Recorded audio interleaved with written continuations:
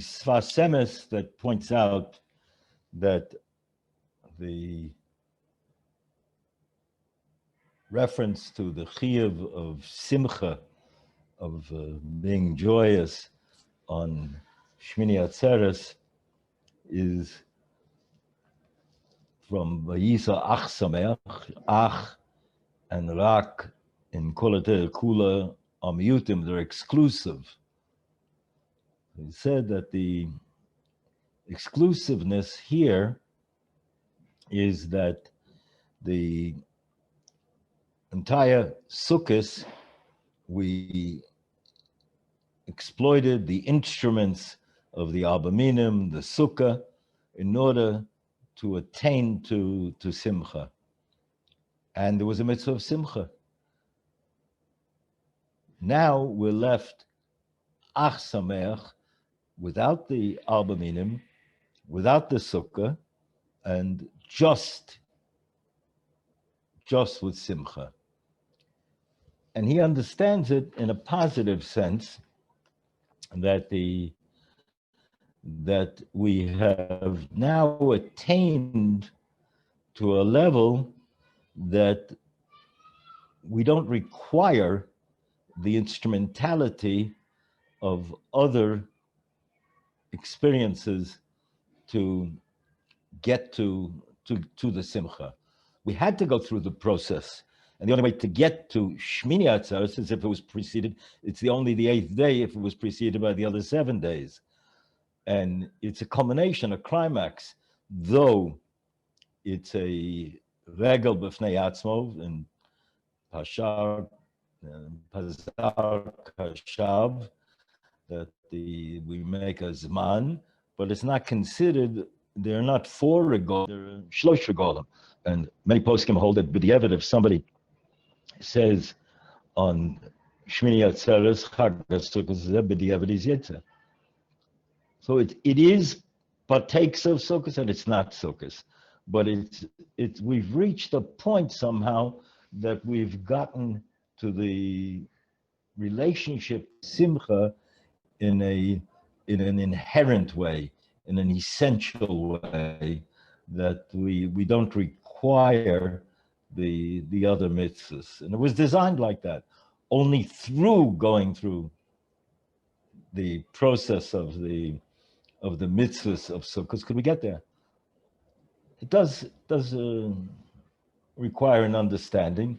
Why would this mitzvah of Simcha be communicated through a mute, through an exclusion? Perhaps it is in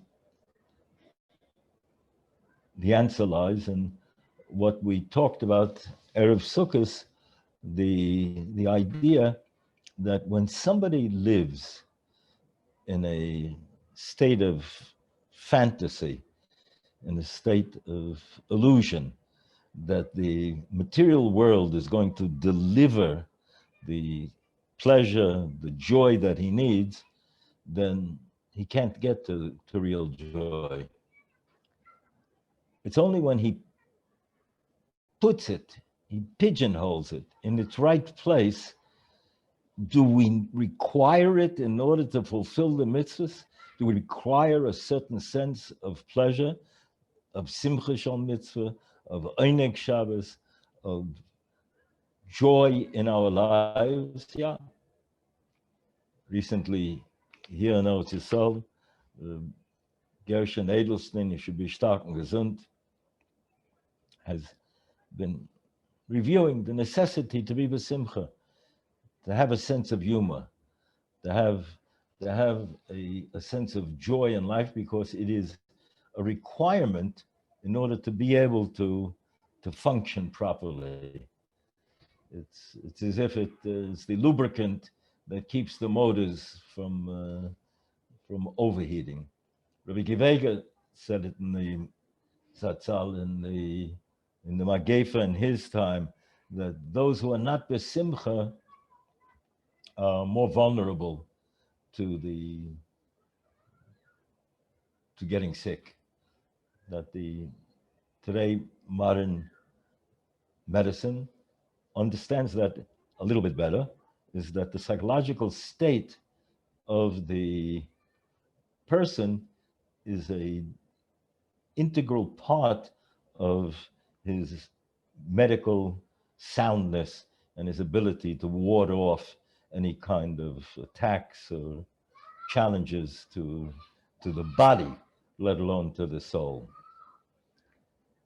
So, but why would it be necessary to, thematically, it seems that that is in fact the process here, that by going out into the sukkah and putting things into perspective, as the Mefarshim indicate, it's the time that the bounty is brought. Person feels on a high, that is many possessions, much wealth, and that's stuff at the time we read Koheles, to where we read that Simcha Mazeosa. What does it do? What is it accomplishing, the Simcha? It has to be harnessed. As the Meshech Chochmah says in Parshas Bo, Mishchu, Klu, every facet and aspect of the human experience is potentially available to be harnessed, to be utilized for the good. That we talked about this idea that the simcha we're talking about is having a perspective on life, understanding why we're here, what we're here for, and that the Ribono Shel Olam gave us the ability to be able to deal with what we have to deal with, everything that comes our way. We shouldn't be tested, but Kodesh Baruch Hu Zeno Bo Betchunya B'Yosov.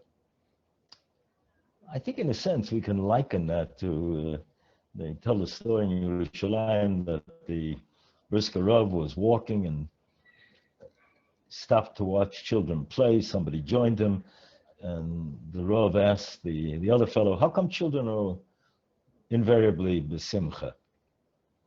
The other fellow said, because they have no daigus, they have no worries. The Rav said, it's not true. On their level, they have worries. They have worries that he's not my friend, he took my ball. He said they're besimcha because they're closer to the source of creation. The nature of the Ribono Shel Olam, Yismach Ohr Somayach V'Sogel Ha'aretz, that when things are in their ideal place and they're contributing to the shleimus of the Bria, that in itself constitutes a state of simcha. The child is doing his thing at his point and his juncture, and therefore he's closer to the Bria, to the source of the Bria. And therefore he can capture that and take it with him when he goes further. That there's a certain sense of being youthful that invariably the Talmidei Chachamim, Bnei Torah, usually have. They have that sense.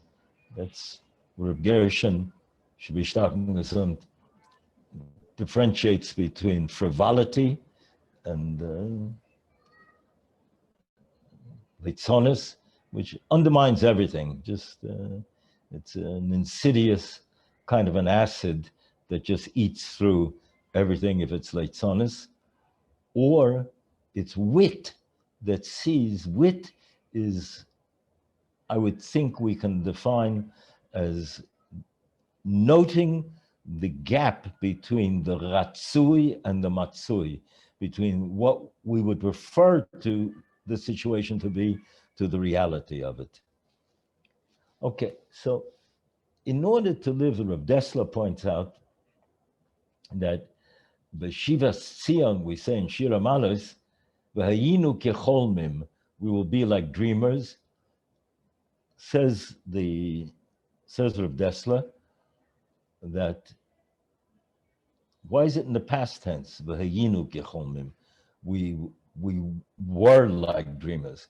Because if we live through the physical experience thinking that it itself can deliver what we need, what we want, what we're lacking, and satisfy us, then we were dreaming.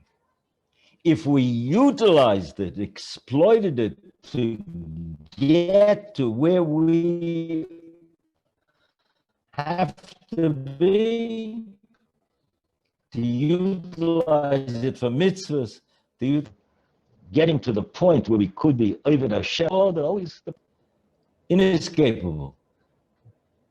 The Jew, the human being, created with an neshama and a goof, state of paradox. And all of life is the reconciliation, how to accommodate this seeming tension between body and soul. The genius of the Jew has always been that it's the Ribbon Shalom who created this body, this soul, created it all, and gave us the Torah, which is how the program, how to make it work. And so it's necessary, the way the Ribbon Shalom structured us, our neshamas, our bodies, that we have to live through, we have to experience the exiting our palatial homes to a mere sukkah, a temporary dwelling, and living there. Yes, it's, according to some, it is a bimkom, an alternative to golus, if somebody was lo alenu mechuyev golus, but it's not a contradiction. It also is this reality of primarily, I would think, this reality of coming to terms with the temporariness, the ephemerality of the material, and that we cannot skip it to get to where we want to go. Medrash and Shir Shirim says on the posuk, Diglu olai avo dilgu. Sometimes it has to be skipped. That sometimes the flags, the degolim of the machanes of Klal Yisrael and the Midbar, with a certain sense of pride in their avodah, in their particular specific contribution of this community, this shevet, and the individuals within that shevet, that they had their degel, and each shevet had its degel to express that human need for self-expression, for identification. But sometimes it's in Golos, there are rips and tears, and the rent in the degel, it's dilgu, it skips over places. It's a degel that has rips and tears in it. That's the Golos syndrome. And we live through Golos syndrome, and we're capable of handling the Golos syndrome because we build up immunities. We build up a certain sensitivity to simcha as feeding the growth. Child is only Yetzer Hara until Yud Gimel. But we need that Yetzer Hara. We need the simcha that can go with that Yetzer Hara. But now we turn it upside down and inside out, and we're going to utilize it for the good. How are we going to do that? Understand, put it into perspective, that this whole material world, it's temporary, it's illusory. We need it. We can't skip over it. When we have to skip certain facets and aspects of it, that's an interim arrangement, and we do what we can under the circumstances, golistic. But Klal Yisrael understands that only through living through a sukkisdika experience that halachically, according to the criteria of the Shulchan Aruch, that we live through the sukkis experience, then the simcha that we come to is a monitored, filtered simcha. Then it's simcha vayisa ach somayach. It's a simcha that came from ach, from the sense of the being gauged, directed, filtered through the appreciation of what is the purpose, simcha mazuosa. And that kind of simcha, then we're going to exit. Chazal also teach us that one should exit the sukkah b'simcha. Exit the sukkah b'simcha? It was a mitzvah. I'm leaving the mitzvah. Yes, but am I taking with me now into my daily life? Am I taking with me the experience that this simcha was born of ach? It's an achdika simcha. It's a simcha that was born of the discipline and the criteria of halacha, which teach me how to govern the sense of urgency for simcha. There is an urgency for simcha from childhood on.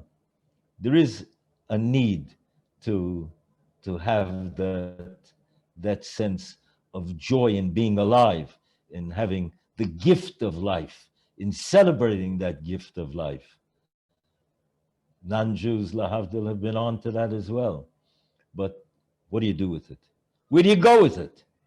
If you're using it to take with you, to reach another level, a higher level of excellence and connection. It was Rebbe Lopian that pointed out, we say in the benching, Kiein machsol, there's nothing lacking to those who have fear, awe, reverence for the Rebbeinu Shalom. The young lions, they roar, they rush about looking for their food. And Dorshe Hashem, those who are seeking the Rebbeinu Shalom, there's lo yachseu kol tov, they won't be lacking anything. So the Rebbe asked, how come it's phrased in the negative? Why is it in a positive statement? They will have what they want, they have what they need. Said the Rebbe, two neighbors, a wealthy man, a poor man. The wealthy man has occasion to go in to speak to the poor man. He passes by his bathroom and notices there's no medicine chest. He asks him, where's your medicine chest? He says, I don't have one. He says, come by me. You see, magnificent medicine chest, covers half the wall, fluorescent lights, mirrors, there's every conceivable salve, liquid, every pill that you can imagine is there. And the poor man says, I don't need it. I haven't had the illness to need it. So who's in a better position? Someone who has the medication or someone who doesn't have the need for it? If there's no need for it, perhaps we might say, we might make that diuk, we make the bracha every morning that she'osa li kol tzorki. We said Yaakov corresponds to the kol.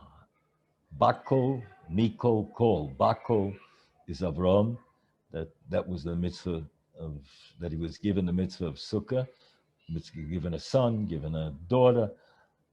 We spoke about that. Yitzchak is Mikol, is that he took Maisa from all his possessions. And Yaakov is Kol. He says to Esav, Yeshli Kol, I have everything. Esav says, Rov, I have most of what I want. He'll never have all, because it's not possible to have all. Yeshlo Mona, he has a Mona, he wants more Sayim. V'chulu v'chulu. He'll always want and need more. Yaakov has the sense of call. Whatever the Rebbeinu Shem gives me in terms of my material possessions, he was the first to introduce the idea of sukkah. He put the cattle in the sukkah and built more substantive for himself, for his family. That which is my possessions, that which I own, is sukkistic. It'll always be sukkistic. Somebody who has that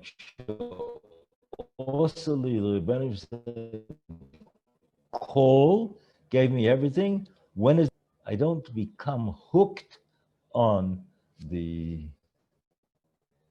extras, the beyond the needs, the luxuries. What is it? Abercrombie and Fitch used to advertise for the man who has everything. Right? Get him a gold toothpick. Fine. Create needs, artificially create needs. You say in the Al-Chet, after listing this Al-Chet, that Al-Chet, you say Al-Chet Shososi b'Yetzer Hora. What do you mean Yetzer Hora? Everything was done with the Yetzer Hora if it's a Chet. No, but there's an artificial provocation and stimulation of the Al-Chet to something that I didn't really require, but I got bored with yesterday's satisfaction, and I had to create new thresholds. So, okay. And we might read the Gore we mentioned the other day, that the acronym of the first three words of the three psukim that talk about the sukkah, bas sukkah steishu shivas yomim, then that's with a base. Kol ezach v'Yisrael, the second pasuk, kof. Kol ezach v'Yisrael, lima'an yedu, bakol. But it says kol ezach v'Yisrael. Kol ezach v'Yisrael. So we could understand that perhaps in two ways. Kol ezach v'Yisrael. Kol means the entire person, like the Gore. It's a mitzvah to enter in with your entire body. And it means every Jew. When is it possible for every Jew to sit? When each Jew has a Sukkadic orientation and perspective on his life, on the world, on that which is available to him.